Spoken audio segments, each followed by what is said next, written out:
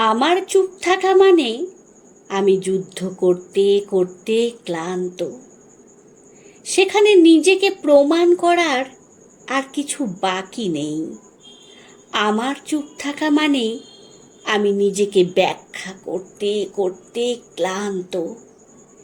নিজেকে ব্যাখ্যা করার মতো আর কোনো শক্তি আমার বাকি নেই।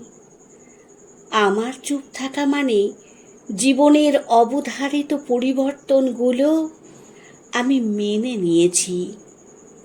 আমি আর কোনো অভিযোগ করতে চাই না তোমাদের কাছে।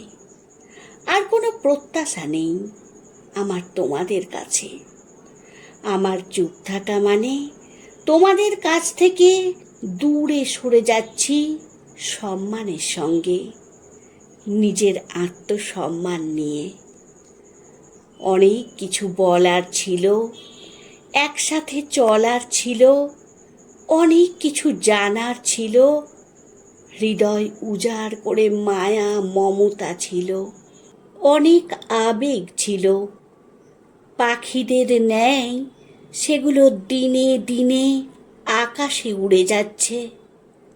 সব সময় ভালো থাকুক কাছের মানুষগুলো, এটাই সব সময় প্রত্যাশা।